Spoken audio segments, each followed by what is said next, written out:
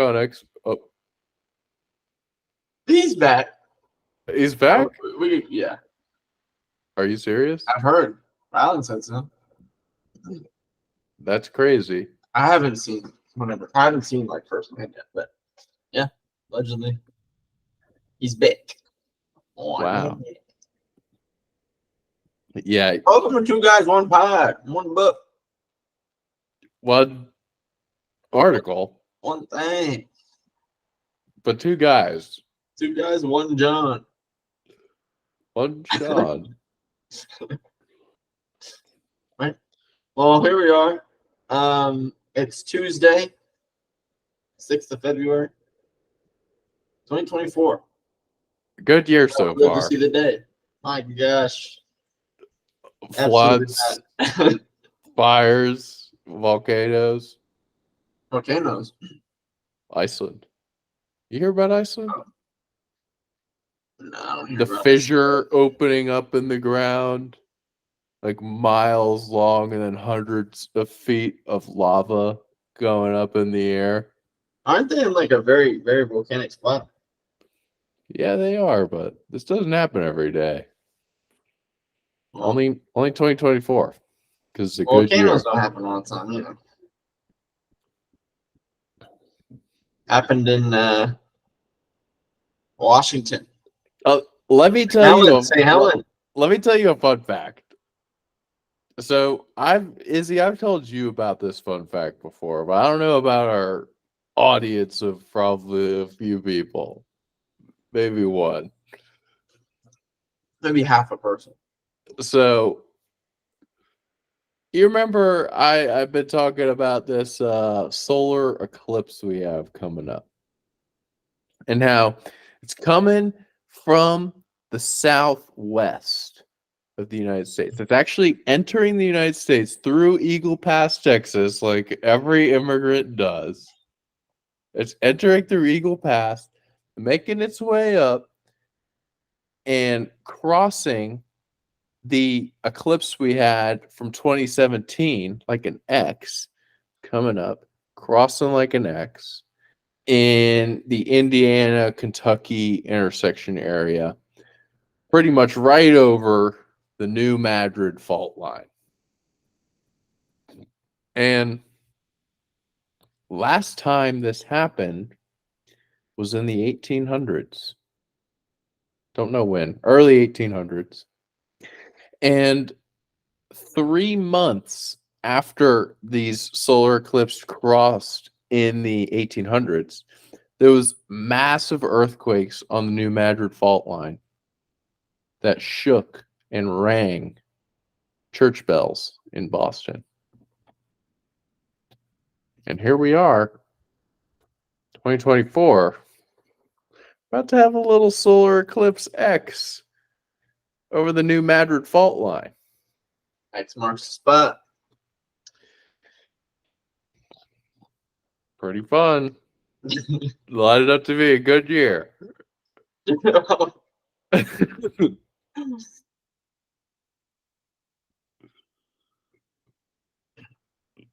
So anyway.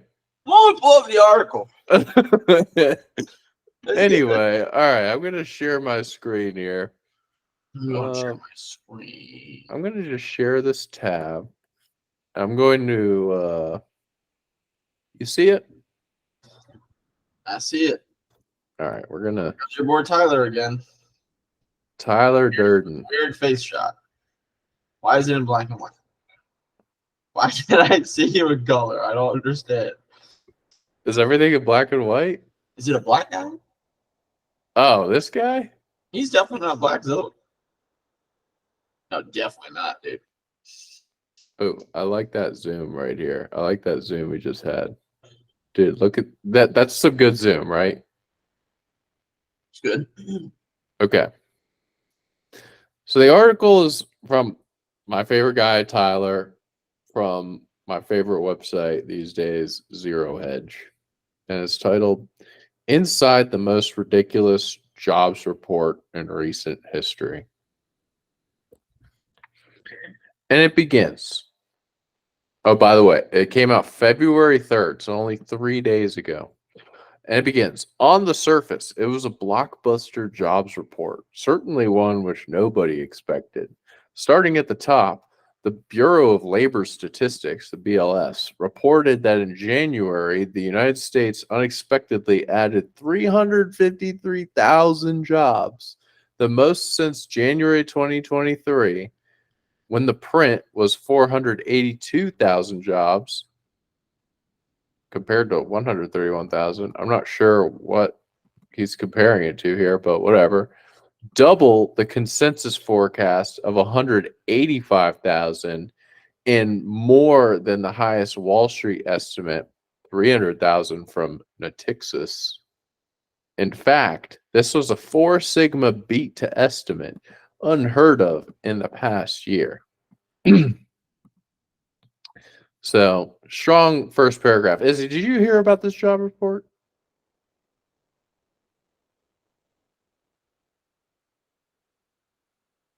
Shmail? Yeah, I don't know why I was muted. I didn't think so. This was recent, yeah. Yeah, this came out. This is the January jobs report. So yeah, I think it came out last Friday. Okay. So yeah, here's our little 4 sigma B. All the estimates over here, and then we got our actual Isn't number. a sigma a standard deviation? Or am I Yeah. wrong? It Yes, is, right? you're correct. Georgia Day. A measure of variance. Yeah, right. The headline data was stellar across the board, starting with the unemployment rate, which once again failed to rise, denying expectations from Psalm's rule that a recession may have already started, all the way to average hourly earnings, which unexpectedly spiked from 4.1% to 4.5%. This pre-revision. What is that? What is hourly earnings? What percentage is that saying? Is that saying like percentage of people earning hourly? I don't know what that percent is. What's average hourly earnings all employed? So that's dollars an hour, right? Maybe it's the change in hourly earnings. Oh, that makes sense. The delta. Right? Yeah. Since our average hourly earnings is a fraction, it did not rise due to a jump in actual wages, but since it is earnings over a period of time, rose because the BLS decided to sharply slash the number of estimated hours that everyone was working. Okay. So I think it's just a fraction. Okay. And then they convert it to a percent. You're right. So this is a slap in the face to the Fed's disinflation narrative because, of course, everyone in finance knows that wages are included in inflation. So, if, like, people think of prices rising, but prices rise because there's more money chasing fewer goods. And so, if disinflation, inflation rate coming down would include wages coming down. Lower wages. So, but this is a punchline right here. I just want you to know the number of estimated hours that everyone was working per week dropped from 34.3 to 34.1, which may not sound like a lot until one realizes that the last time the work week was this low was when the economy was shut down during COVID. Nice.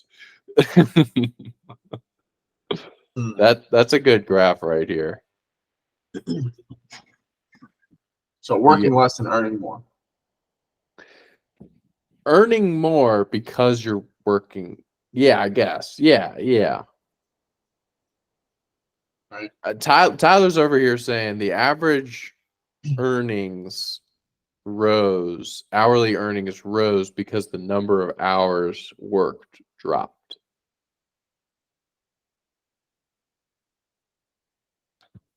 Take that as you will. I guess it's a fraction, but yeah, the guy is right. I mean, we had in peak lockdowns, March 2020, we were working 34 hours a week.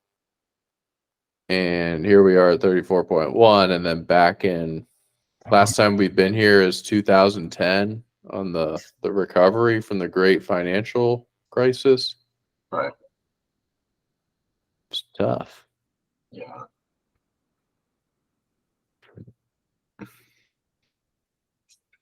And speaking of revisions, we had a lot of those. In January, the BLS conducted its annual re-benchmarking and update of seasonal adjustment factors. Its annual lie session. Well, long story short, what was until December a decline in jobs has now been miraculously transformed into gains. Right. Shown in the chart below. So yeah, this is a tough chart to read here. But here's January 24, December 23, and we got the red bars pre-revision, green bars post. We got red on the right increasing into green. That's a pretty big revision right there. Yeah, I would say so. Like, when's the last time we saw a revision up that high? January 2021, but even then, that's a way smaller percent. That was post COVID or COVID times then. Yeah. Yeah, that was like coming out of the COVID And there stuff. too, July 20, or what was it July 20? That might be 22. There's another one there. I can't even read it. Yeah. But interesting. A side note, I watched a video. And I don't know. I like this guy's videos. He's a pretty smart dude. He's the Eurodollar University guy. And he was talking about how the BLS revises stuff to make the trends stay constant, essentially.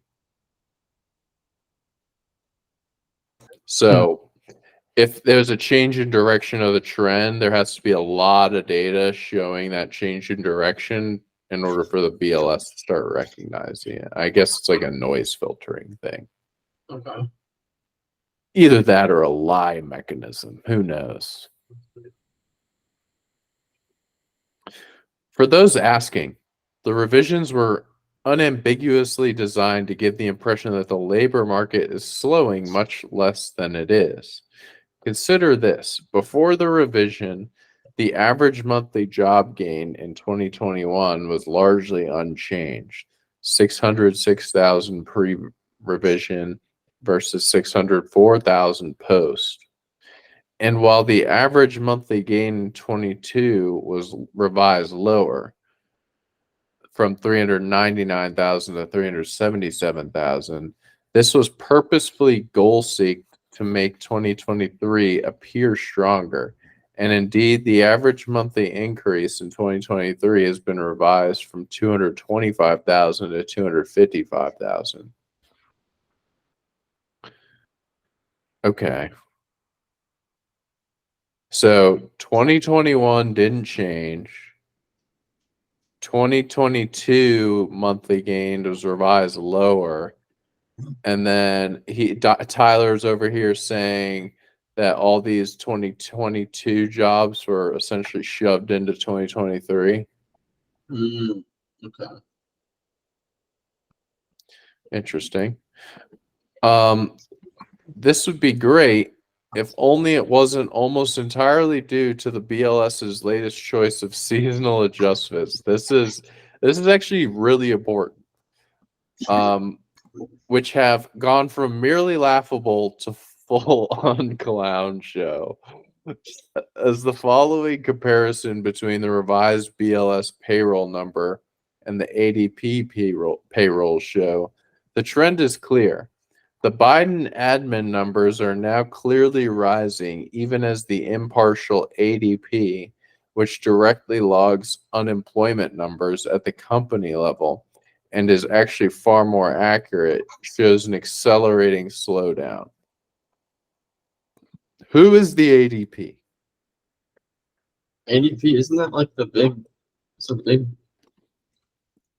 company. ADP, yeah, payroll, HR, and tax services. It's like a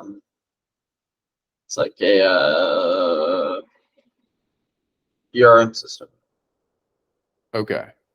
kind of like Workday. Do you trust it? I mean, yeah, it's a company. It's a HR management like software. Would you say they have much bias to show the Depends on how they're trying statistics to. going Depends one because way they or might be another? looking for clients. You know, so if it's showing accelerating slowdown, that might be them saying. I don't really know why they would say that then. I don't know. It seems pretty. Definitely, I feel like arguably more trustworthy than the administration.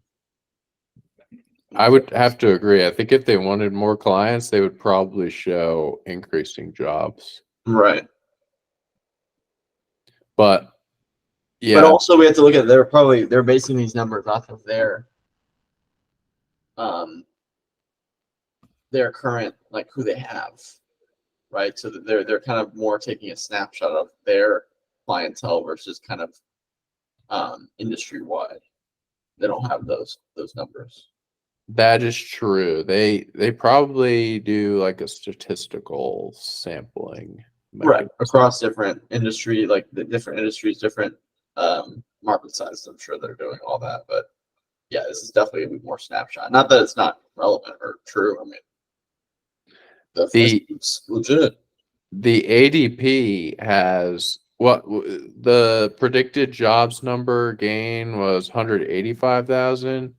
We got ADP at like 160, 150, or maybe it's 100. It's a lot closer to the mean. Yeah. Okay, and speaking of seasonal adjustments, the January print was all seasonals because while the seasonally adjusted payrolls was up 353,000, the unadjusted was down 2.635 million, a 3 million jobs delta. It's a big difference. Yeah, this is like the stuff they don't teach you in school. Well, they didn't teach me this in school. They might have taught you. Not really. But what I didn't realize is the BLS headline data, that's all seasonally adjusted post, like, I don't know. It's not real, I guess. But this is saying 3 million jobs went away because they were all seasonal Christmas jobs.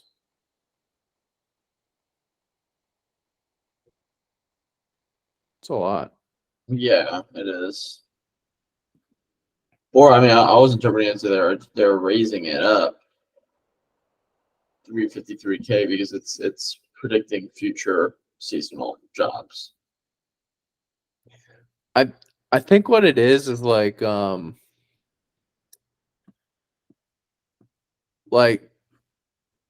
there's always this drop at the end of the year, right? Like it's Christmas jobs, right? You can see it every place on this chart. But the thing I think what they're trying to predict is like how many jobs were added in January, like that are gonna stay, I guess. Right. It's like obviously this 2.635 million is gonna overshadow it. It's like noise, kind of.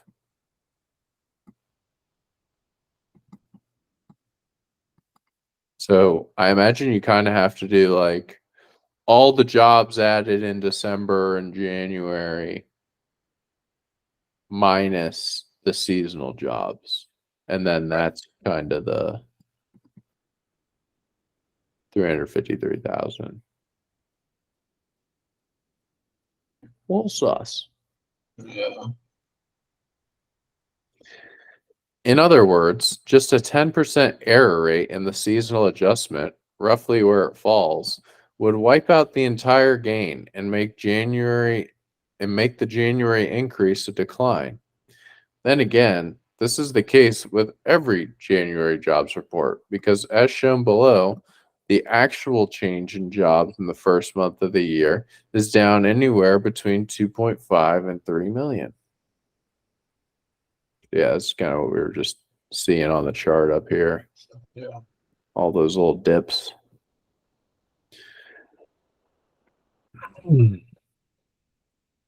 But it's more than just the Biden administration hanging its success on seasonal adjustments.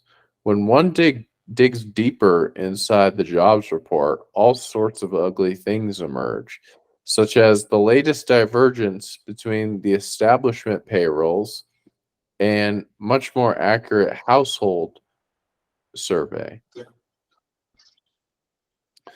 To wit, what does that mean? I don't know. Never heard that one before.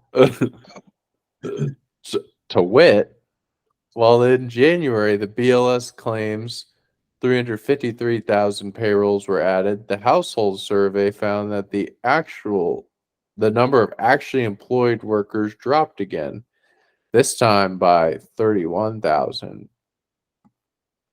Interesting. So, seems like household survey does seasonal adjustments too, and they found job decline. Not good. Okay, yeah, that's good. This means that while the payroll series hits new all-time highs every month since December 2020, when according to the BLS, the U.S. had its last month of payrolls losses, the level of employment has barely budged in the past year. Worse, as shown in the chart below, such a gaping divergence has opened up between the two series of the past 4 years that the number of employed workers would need to soar by 9 million to catch up to what payrolls claims is the employment situation. That is interesting.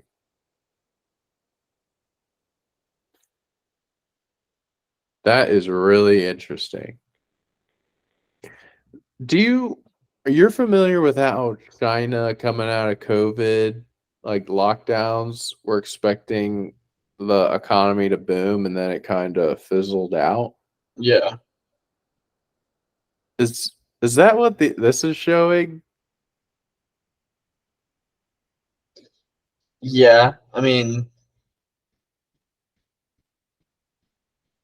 something's not right here because there's got to be a lot of like, if it's payroll. There's got to be a lot of, is it unreported income? What is it? Oh, that gap because that payrolls is also actuals, right? So what is causing that gap? I guess is the question. Um, It's not like it's predicted payrolls; it's actuals, right? So yeah. So number of employed workers and payrolls. Well, I think this could be as also part-time jobs true. because an employed worker, even if they have two part-time jobs, that doesn't count as two employed workers, Right. but it would count as two payrolls. Right. That would make sense. It'd be nice to. I always like seeing what happens in 2008. I wish we had this chart in 2008.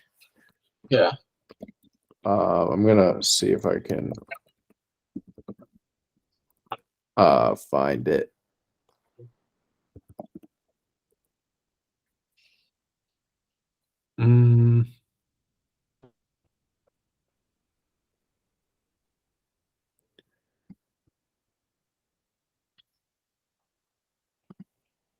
Um,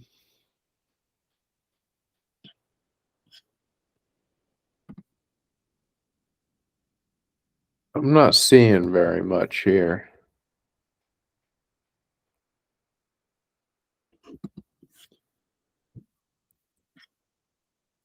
Whatever. Maybe we can find it later.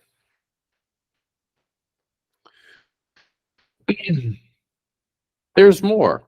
Shifting from a quantitative to a qualitative assessment reveals just how ugly the composition of new jobs has been. Consider this. The BLS reports that in January 2024, the U.S. had 133.1 million full-time jobs and 27.9 million part-time jobs. Okay. Well, that's great until you look back 1 year later and find that in February 2023, the U.S. had 133.2 million full-time jobs, or more than it does 1 year later. And yes, all the job growth since then has been in part-time jobs, which have increased by 870,000 since February 2023. So, okay. Well, that accounts for a million, right? Or no, that accounts for 1 million over the course of 1 year. Right. Not that full gap. But that's the dollar amount, though, right? Isn't that payrolls? No, that's people. Yeah, I think it's the number of payrolls. Um, Oh, I mean, interesting. I guess over the course of 2023, the employment number looks the household survey looks about constant, yeah.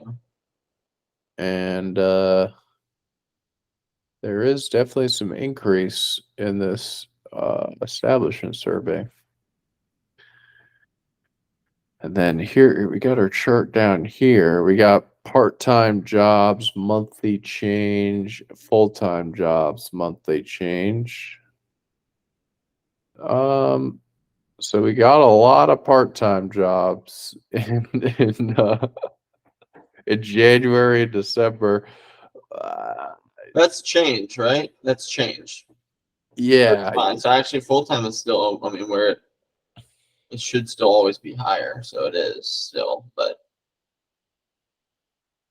yeah, full-time jobs were doing good in 2023, and then December and January came along and we got negative. well, no, that's the change. It's a negative change, so it just means it decreased by that many. It's not. Right. It's not in the red. Right. Yeah, it's going down. Right. I would expect in December to get a lot of part-time jobs and in January to lose a lot of part-time jobs. Yeah. I mean, look at how many people are doing like Uber and stuff now. You know, Yeah, but that's so common. I feel like that makes a lot of sense. A lot of people are becoming contractors, like independent contractors, and doing work that's not full time, yeah. Yeah. or they have a full time job and a part time job. You know what I mean? That's also Yeah. The reason I expect to see a lot of part-time work jump in December is due to Christmas, like working at right. Right. UPS, working at Amazon, whatever. And then drop in January because Christmas is over. Yeah. But yeah, I guess something else is going on, like Uber or something. Well, here's a summary of the labor composition in the past year. All the jobs have been part-time jobs. Yeah. So it changes minus 97, which I assume is just an aggregate of that chart above. What you have there, that minus 97 January 24, it's just year to date. Change. Oh, That's what that is. yeah, So 97,000 full time jobs are no longer existing. They've been removed. yeah. So all of these bars are exact from 1 year later. Which makes sense because you're talking about the loss of these like maybe what could have classified as a full-time job like over the winter months, and then they lose their job. That would make sense. They got let go of, because even if it is seasonal work, it still would classify as full-time unless they're working a part-time job. Yeah. So that makes sense. I mean, it's year to date. We don't have any data for obviously beyond that. So Yeah. I thought this was like month to month, like December, and then this was like from December to January. So it is interesting. You want to start reading? yeah, but wait, there's even more. Because just as we enter the peak of election season and political talking points will be thrown around left and right, especially in the context of the immigration crisis created unintentionally by the Biden administration, which is hoping to import millions of new Democratic voters. Maybe the U.S. can hold a presidential election in Honduras or Guatemala. After all, it is their citizens that will be illegally casting the key votes in November. But what we find is that in January, the number of native-born workers tumbled again, sliding by a massive 560K to just 129.8 million. Add to this the December data, and we get a near record 1.9 million plunge in native-born workers in just the past 2 months. Oh, that's a good bit. I guess there's always How do they kind of gather that data, though? Native-born workers. How do they? probably just look at people's skin color. Yeah, but like all the work, if you in order to have virtually, I mean, any employee who's a full-time employee, like is more than likely going to be a U.S. citizen because you need to in order to be a full-time employee. No, but this is native born, meaning Right, just but that's my point. not You can't. How do not you report necessarily on a that? U.S. citizen. Like you could be an immigrant on like a work visa. Right, but how do they get native-born workers? I'm just curious what his source is there. That's it. I'm just curious how you record that data. Mm, He didn't point to anything in that graphic. Is not pointed to anything. Said otherwise, not only has all job creation in the past 4 years has been exclusively for foreign-born workers, but there has been zero job creation for native-born workers since July 2018. But that, again, you can't that's interesting. record foreign-born workers because then most of the workers who are foreign-born who he's referring to are undocumented and don't report their income. So at the end of the day, then you don't have a metric to report their like foreign-born versus native. You did like you can't. They don't do taxes. They don't record their income at all. It's all take-home pay. It's like cash. So it's like, what are you basing these numbers off of? I mean, if I it's just of someone who came from another country, that's one thing. If they're like naturalized citizen, but if you're talking about illegal, you can't count that. yeah, this is based on the Fed data. Let's see. Do we? This comes from the household survey for native born. Foreign born comes from the household survey. We would have to look into how the household survey does things, but that is the Well, source. from the native born, I mean, that would be easier because I mean, you could just look at socials, but like foreign born, my concern with that is that you can either really, really inflate it or you can really, really deflate it, but there's no accurate number because we don't even know how many. We only even have estimates of how many illegal immigrants are even in the country, much less what they're earning and how much they're earning and what their like.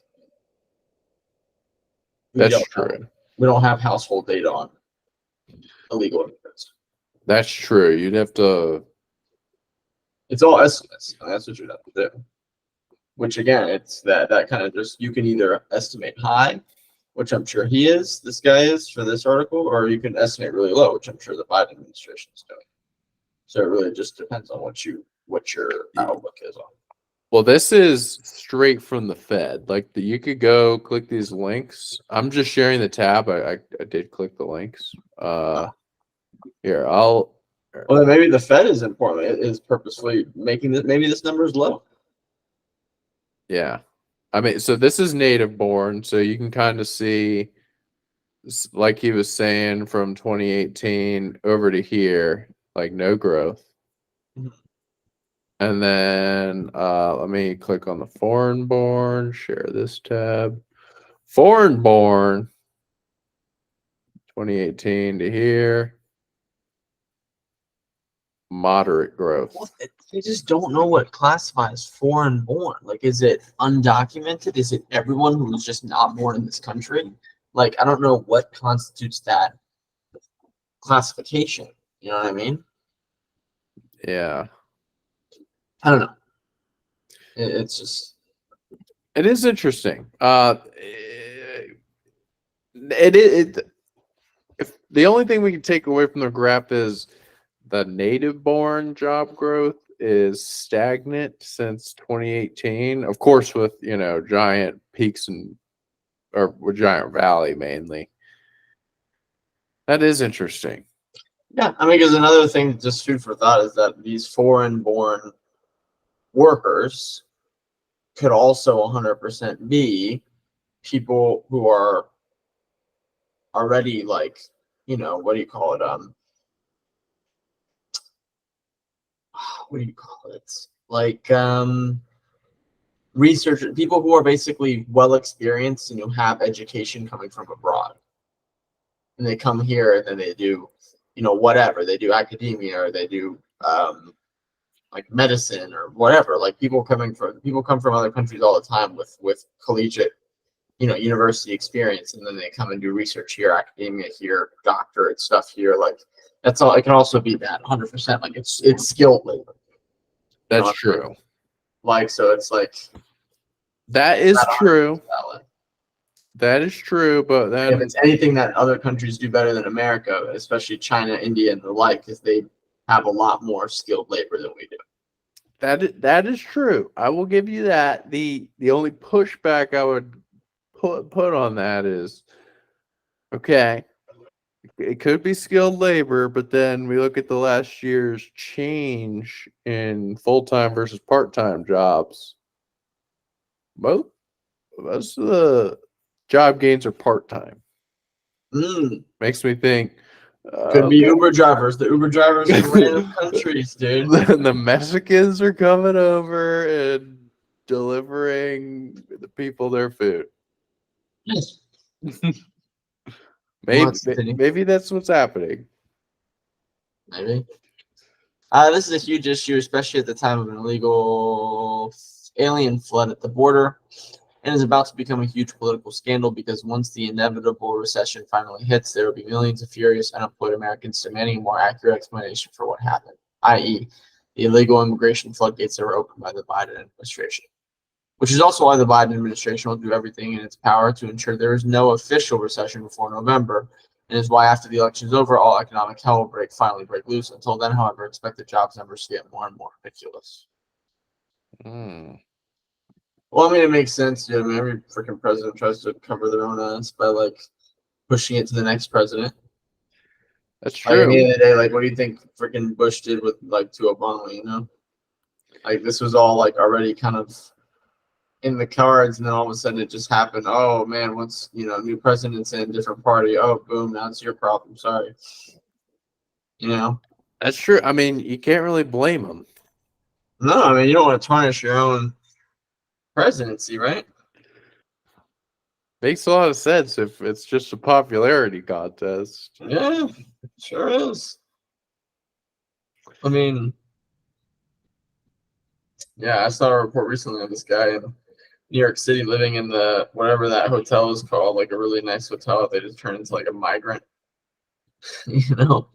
migrant residence. And he was like, yeah, like I've been here for 3 months. They feed me breakfast, lunch, and dinner every day. Like, you don't gotta do nothing. You don't Really? gotta have a job. No, you just hang out because it's an asylum city. Asylum. And then they just vote for the people Yeah, who just let them keep in. feeding you, but vote for us. But then that begs the question, if they're not going to let anything happen till November, then why would they wait till that long if they already have a master plan? What's the next step in your master plan? Where is Harvey And Dent? he goes, private plan. But, but like, if they already have a master plan and win the election by all these illegal migrants, then why would they wait to like? When are they going to wait for the recession? 4 years from now? That November? Like the recession is going to have to hit at some point. So it's like, do they want to just like lock the election down first and be like, shit, sorry, we fucked up, but we can't do anything now. We're in power now. You got Poppy Joe. 4 years. 4 years of Papa Joe, man. And he can't get reelected anyway Yeah. after 2028. But I'll let them kind of do whatever, organizational changes / international balance changes / patch notes / everything. They get to just do whatever they got to do to the U.S. government and swell it up before they're gone. Yeah. Go ahead So, and bomb a couple more Yemeni folks while they're at it. oh man, bomb some more strategic targets in the Middle East, and then dude, call it. last time we did the podcast, we didn't have our 3 boys in Georgia die over in Jordan, right? We did not. But Our good old boys. didn't Iran like say like they didn't know or wasn't they didn't claim responsibility or something like that? Yeah, U.S. went and bombed 85 different locations anyway. In Iran? Not in Iran, but in Iraq and Syria, I believe. Yeah, well, I mean, which is funny because now it's like, dude, ISIS was like pretty much beheaded, ironically, beheaded by like the Trump administration with like when they killed Abu Bakr. I said, why are you crying, Abu Bakr? Why are you crying? He said he cried like a baby. He did. Abu Bakr, you baby. Abu but baby Abu Bakr, dude. Baby Abu Bakr. What a crazy line. But anyways, they killed him. But it's funny because the like people still talk about ISIS and like ISIS is still around. ISIS has been propped up by the CIA. Hmm. You know why? Money? No, ISIS doesn't generate any money, dude. They prop them up because at the end of the day, that's the only within a decent like look at okay, Islamic State of Iraq and Syria, right? That's ISIS. Iraq destabilized. They rely on Iran for like 50%, 60% of their energy. Like they don't have any freaking infrastructure anymore since we destroyed them in that war, and they're kind of never been the same since, right? Power vacuum, the whole business. It's pretty much a proxy state of Iran for the most part. Syria has been in civil war for like 30 years, dude. I don't know how long they've been freaking not 30 years. That's a very long war. No, they've been freaking at war for forever with this guy. I forget what the president's name is, but like they've been back and forth. He's still Bashir. I think it's Bashir al-Assad or something like that. This guy, freaking whatever. So 2 destabilized countries, and you have, in the U.S.'s perspective, we have a looming threat of Iran turning both of these neighboring countries into proxy states. They've already kind of done that with Iraq. What's your alternative? Well, instead of them sending these backed Iranian Shia militant groups, they're saying, oh, well, we have a destabilized but still present Islamic State, ISIS, that is a Sunni group that doesn't like them. Mm. And we can have them just duke it out here. in a little proxy battle because we don't like ISIS, but we don't like Iran more. The enemy of your enemy is your friend. Yes, and ISIS is like fine with doing that, but the thing is again, it's like it's just funny because it's like we don't learn a lesson because then that brings us right back to what we did in freaking Afghanistan. We propped up the freaking Taliban and said like, yeah, like you guys are take care of these Russians for us, and then when you're done, like you better hand us all of our weapons back and say, hey, we want democracy.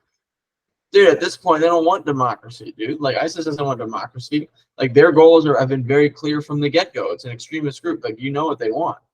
They want the Islamic Caliphate. Well, they want Iraq. Well, but it's not even that really. They want Iraq. They want a new freaking power structure in Iraq. That's what they want. In Syria, they want to unify the two countries and make it like a, their own state. Which again, whether it's an Islamic state or whether it's just a state, the point is that they want control of the country. Yeah, they want the land and but the U.S. doesn't energy. want. We're not going to let them have it. So it's like, why are we doing this? It's like at the end of the day, it's just causing more issues. You know what I mean? Because then they're going to be, if they win or if they're even successful, then it's like, okay, then what? Now we have ISIS that at some point is going to come out that we supported them. And people are like, oh, you said that we gave them all the bad press about the beheadings and all this stuff. It's like, well, sorry. Do you think that maybe the CIA is like, we want to give ISIS, like make them think that they have a fighting chance, but we actually want them just to distract Iran for a while and ultimately be exterminated, and then we will directly confront Iran later? I mean, yeah, but like it's not like they're like a threat that we want, like, oh, we just want these two groups to destroy each other. Like, they're not a threat. And they're also not like they're not a threat. They don't have the numbers to be a threat to Iran or to anybody. So it's like, why are we? They're a local threat more than anything. Like if you're like a townsfolk living in middle of nowhere Iraq, in northwest Iraq, they might be a problem for you. They might be an issue for you. They might. But like for better not be a woman with your hair out around there. Just don't do it. Habibi, don't do it. Habibi means baby in Arabic. Habibi, don't do it. I learned another Arabic word. I think it's pronounced taman. Oh, no. What is it? It means like if someone asks you how you're doing, you say, I'm doing tamam, which means intact or good. That's funny. Dude, it's fun. I saw this whole article, or not article, it's like a little piece that this Yemeni guy was like talking. I forgot what his name was, but he was basically saying like it's interesting how like it's almost how we view like our perspective of Arabs and like the Arabian world is very similar to kind of how we view Black people in our country, because it's like we want to say all this equality stuff, we want to help them, all this stuff like that, but ultimately it's like the more you do that, the more you kind of estrange that relationship, because they don't want the same thing that they don't want what you think that they want. If that makes sense. So it's like they don't want a unified Middle East. That's not something that they are interested in.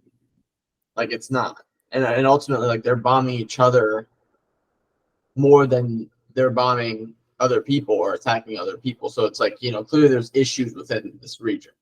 Right? So it's like, but then there's all this outrage about like, oh, but Israel killed these people, and it's like, which again, they're killing civilians, which is obviously it does deserve some level of outrage, but at the end of the day, it's like you didn't have that same level of outrage when this was happening, for years now in Syria or for years now in Yemen or whatever. It's like no one really cares. Or in Iraq where people are being terrorized 24/7 or freaking Afghanistan. Like no one cares about that. Right. So it's like it's just interesting because it's almost like the US perspective at least is like with Afghanistan, Iraq, and Syria, it's like not our problem. Not our problem. But then it's like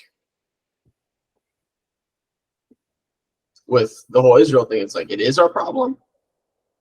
Like, is it? Is it really? I don't know. It's like it's just we just keep interfering and then being like, oh shit, we fucked up. We know we fucked up. It's like maybe stop interfering then, because clearly every time you do, you get some group or another that is going to inevitably take power. They're going to hate you for whatever reason, for killing this person or for murdering these people or for bombing this city. It's like you're breeding people to hate you. Yeah. And it's like, and then you wonder why, you're not being paraded down the streets of freaking Baghdad. It's like no one freaking wants you there. Like they're trying to just like at this point, they're trying to just deal with that shit on their own. But every 2 seconds, it's like a new, it's Iran funding something, or it's the United States funding something against Iran or whatever. But yeah.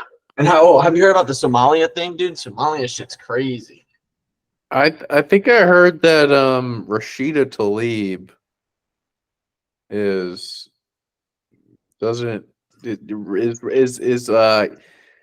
trying to advance Somalian interests within the U.S. government. Oh, have you heard about that? Somali interests? What do you mean? Rashida Tlaib. Rashida Tlaib, Somalia. Is it Somalia?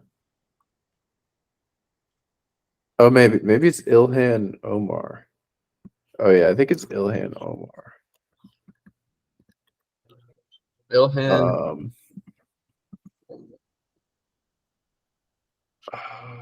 I don't know. Oh. I found it. What? I found it. Share tab. Share. Okay. Ilhan Omar brags about advancing a Somalia first agenda in Congress. I'm not gonna go through and read this whole article. Let's see. It appears not just Twitter.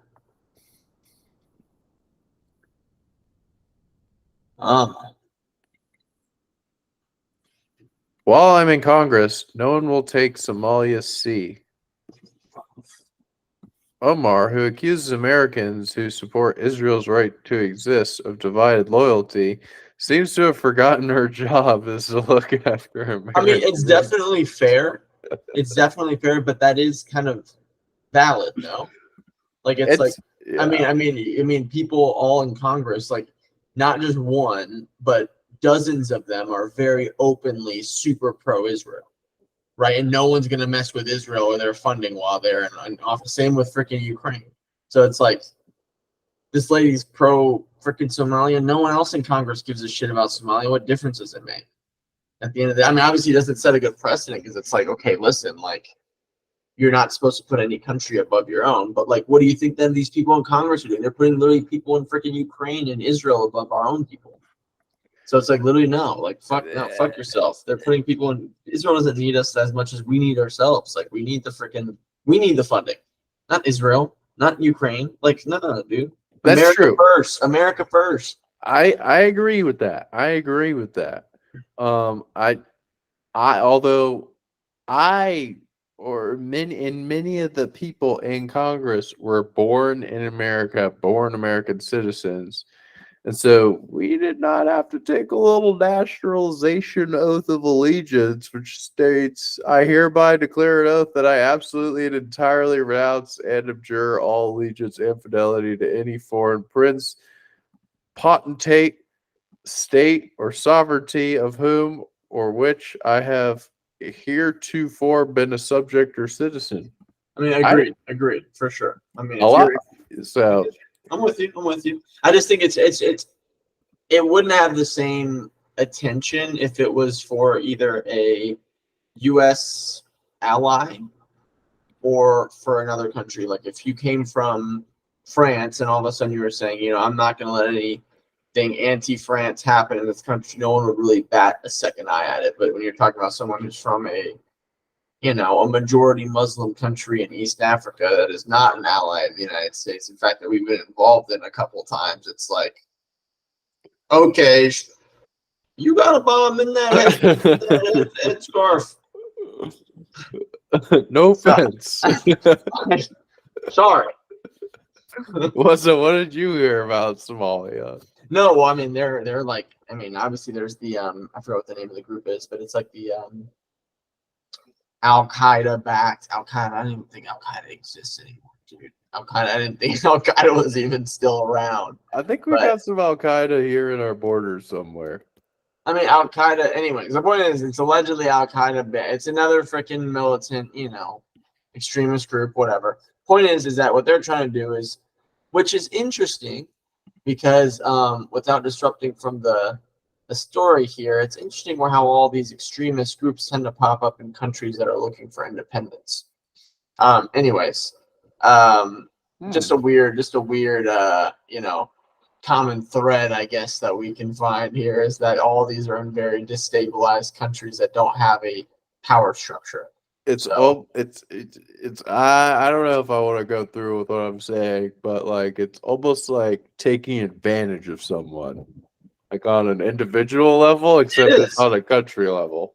Yeah, it's saying, oh, we have no one's in charge here. We have no police.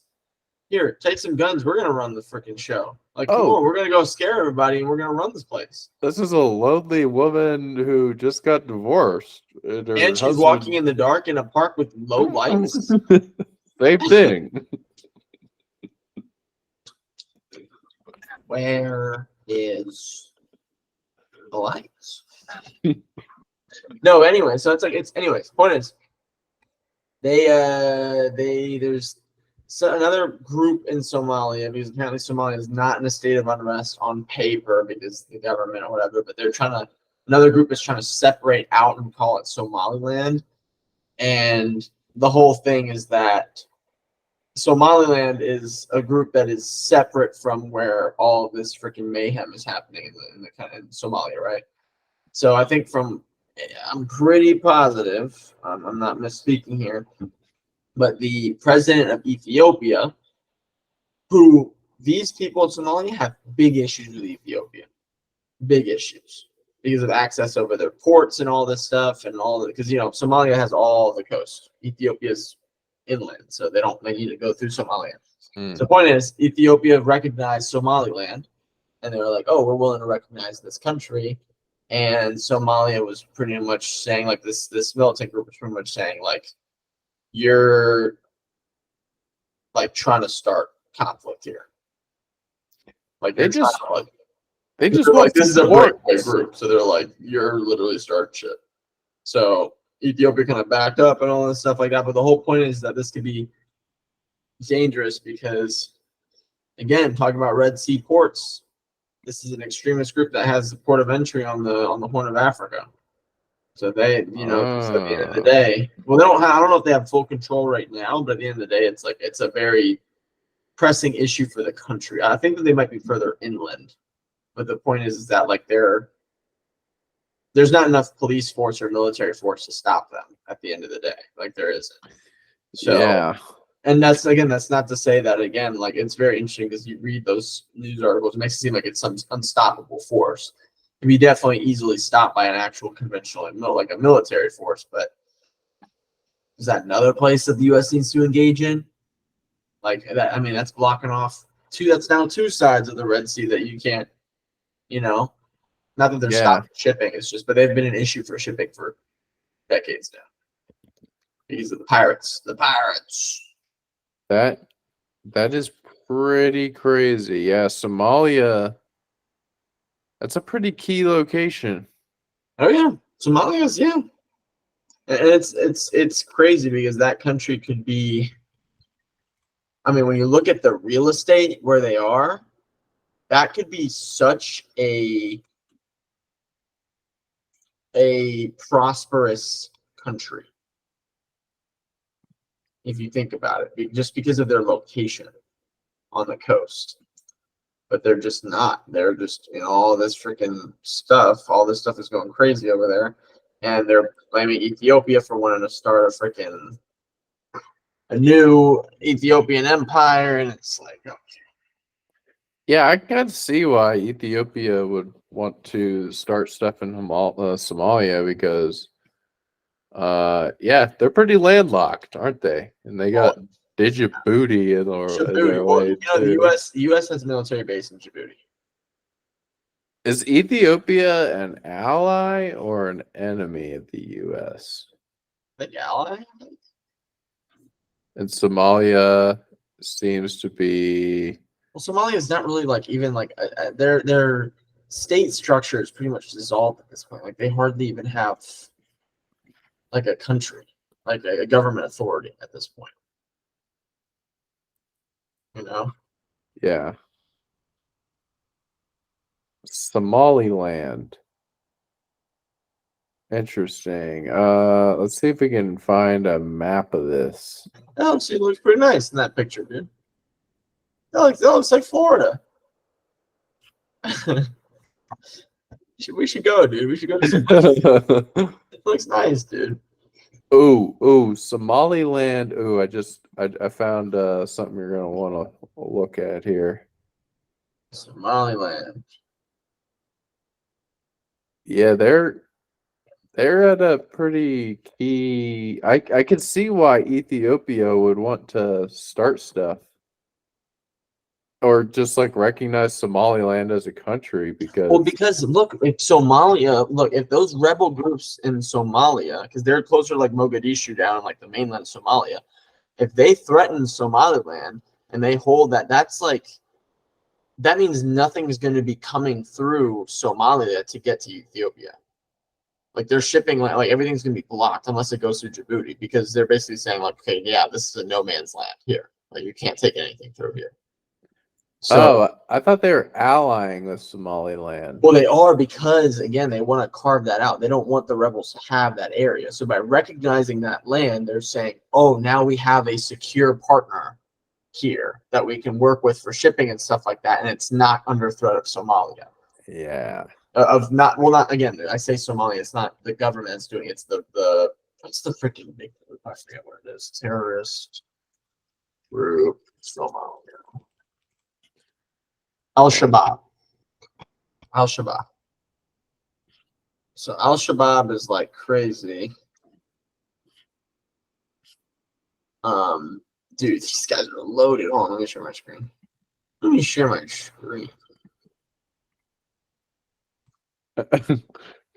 me your screen.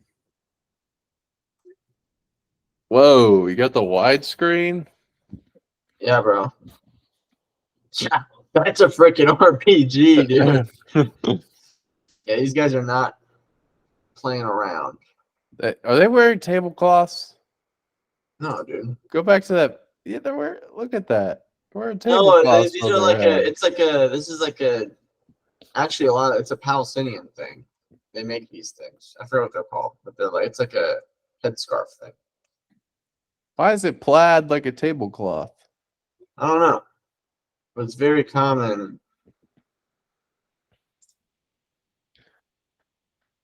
Yeah, anyways, they control. Damn, son. It's like 3D right there. It's got a lot of bullets. That's like too many bullets, dude. Look at him, dude. Even he's like, what? Are you serious? Too many bullets, man. He's like, dude, I only got one clip, and you got all those damn bullets, dude. He doesn't even know if he wants to be part of it anymore, dude. He's like, yeah, all right. You know he gets dogpiled. You know he gets dogpiled afterwards. This guy here, he's scared, dude. He's like, don't get too drunk tonight, please.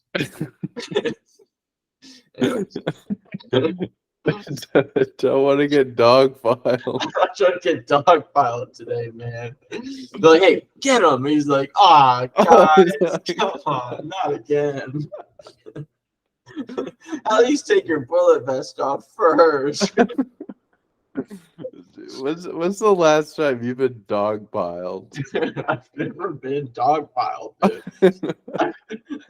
It's just never happened. Oh my gosh. But anyways, Al Shabaab is a threat, and especially given the whole, I think that they're a Sunni group, so that means that they would probably be supportive of Hamas. But it's interesting though because Hamas is technically not Shia aligned either, but they're taking help from Iran.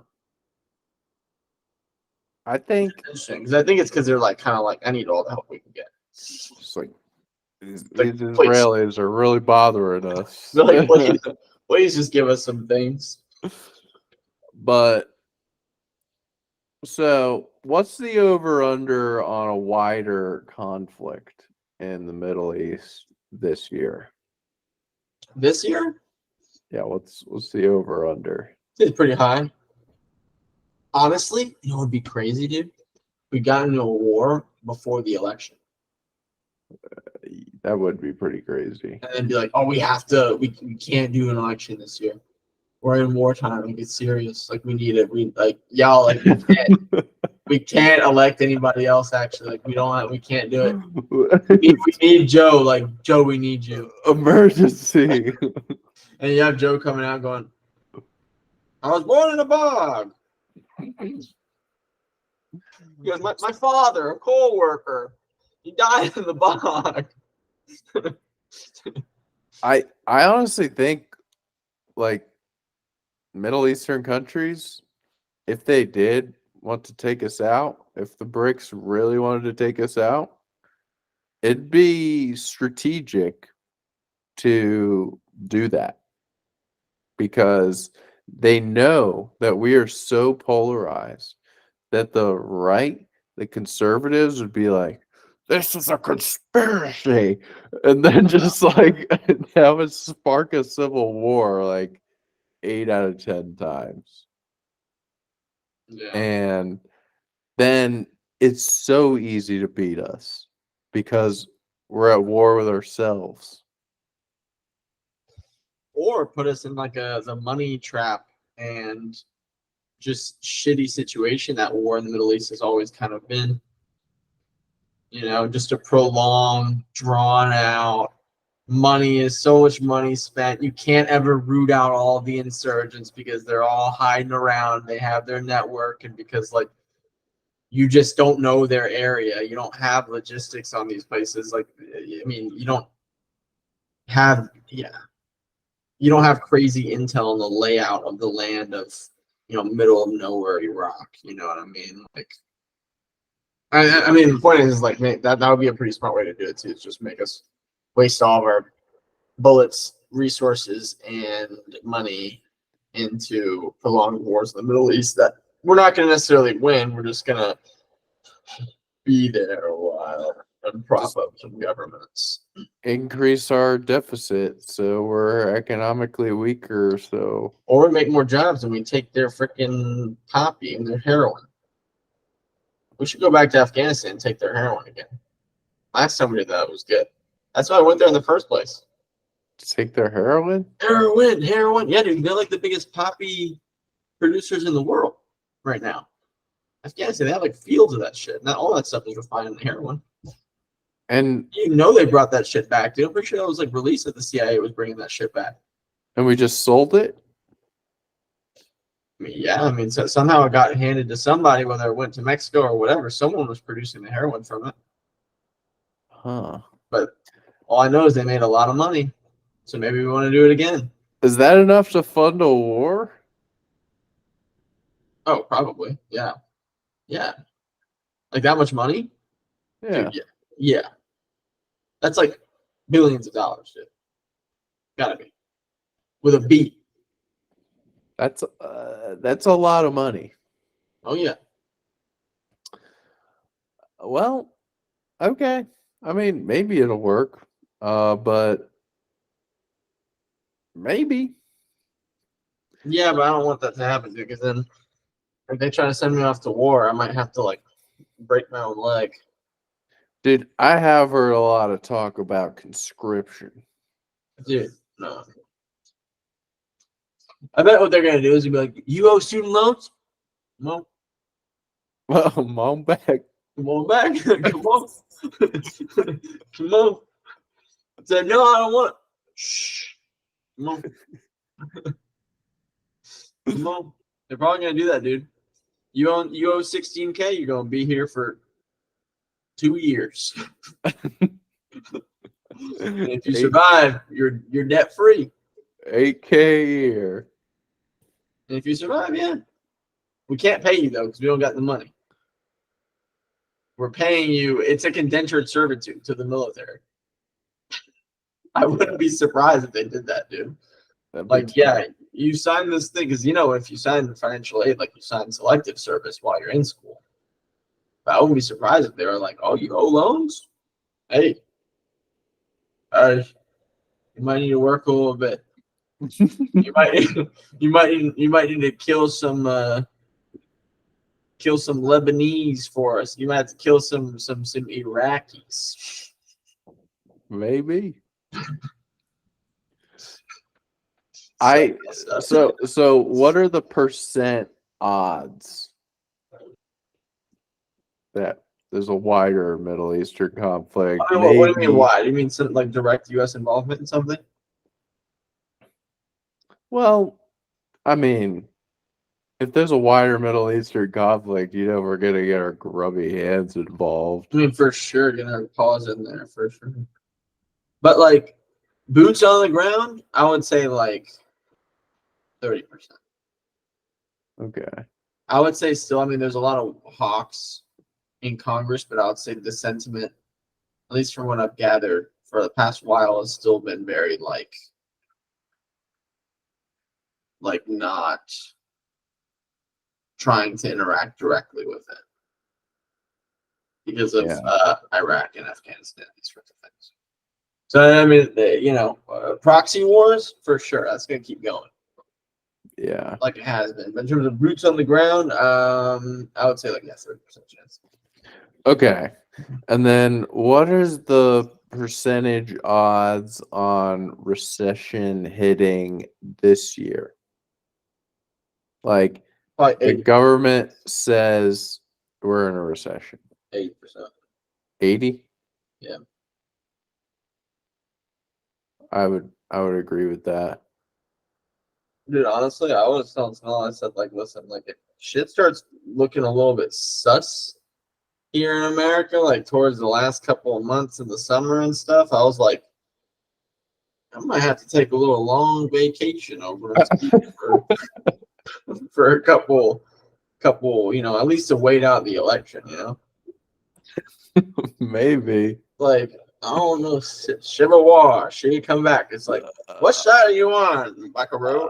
I definitely wouldn't want to be living near an American city. No, dude.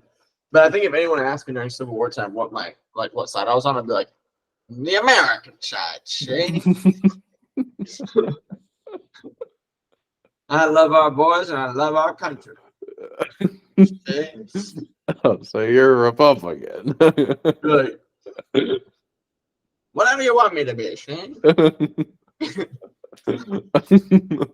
I want you to be a Republican so I can kill you. I'm on your side, Shane. No guns. Just pause, Shane. Just put up the mittens. Put up the mittens. Let's fight, Shane. Anyways, fight like real men. I saw a meme the other day that was like, where was it? It was like two guys had weapons, and one guy had a gun, and one guy had a rock. He was like, "Let's put our weapons down and fight like real men." And then he was like, the other guy was like, "See, dude, I'm just messing it up. I can't remember." What goes mended?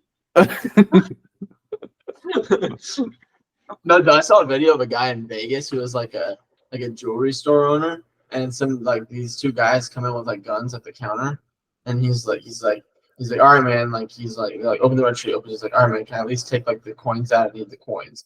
And the guy hops the counter, and then he goes, And as the other guy's taking the shit from the register, because I think only one of them had a gun, he grabs a freaking knife and just freaking starts popping this guy, dude. Whoa.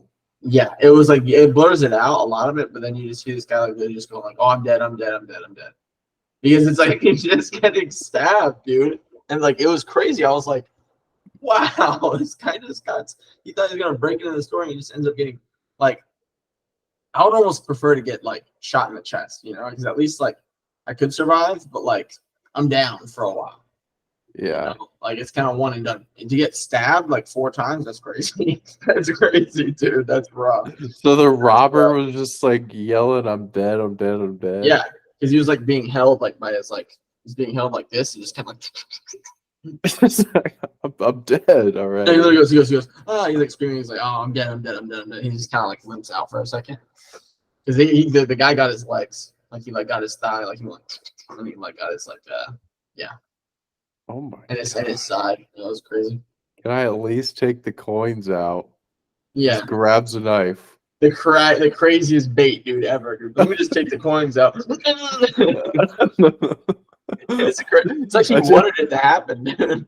I just need the coins. Dude. I gotta park somewhere after this. It's almost like the video where he goes, call an ambulance, but not for me, dude. It's like that, dude. It's like that guy. He's like, let me just take the coins out. Did the robber jump the Yeah, counter? the robber jumped the counter. Oh, And then at okay. that point he goes down, he like turns around. That's crazy. He watched too much Call of Duty, probably. Who? Played too much Call of Duty. The cashier. Oh, for sure, dude. Even thinking about what was gonna happen when a He was robber. the Bowie knife play, dude. Like that was crazy. Like, dude was just that's nuts, dude. That's nuts. Man was playing gun game. He was on the last gun, dude. Ballistic knife. On the knife, dude. On the last one, dude. We got his dub in, dude. Was he holding it like the knife coming out on the bottom? Knife down. And he was like, was it? Dang. Well, I think the first one was like he got him up, and the first one like he went like this, like he went to him like that, like into the guy's leg, and then he like kept jamming, and then he kind of like held him, and then just kind of went like that. Oh my gosh. Yeah, after like 3 stabs, he like kind of just let the guy go because the guy like couldn't move anymore. But apparently the guy survived. The robber, he survived. He's just probably not gonna rob anyone again. Probably.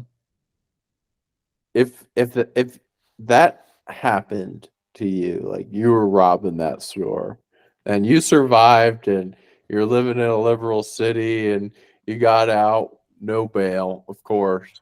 Right. And the cops probably gave you your gun back with all of its ammo. Right. But in a liberal city, no, they wouldn't. They would take that shit. Give it to you a bought cop. it. They'd be like, hold on to this. And okay, let's say you got out, you bought another gun somehow. Would you go back to the store and just shoot that guy? Like, why'd you stab me? Remember me? No, I'm not even here to rob you. Knife fight, dude. I'm trying to have to like knife fight him, dude. See who wins. I've heard knife fights are pretty bad news. Yeah, I can see why it would be. It's like, dude, I mean, like, that's what they used to do in England, you know? Like, they would have like a little cutlass and they'd go, empty thy pantaloons. What'd you say? Empty thy pantaloons. Empty your pantaloons? Disengage thy brooch.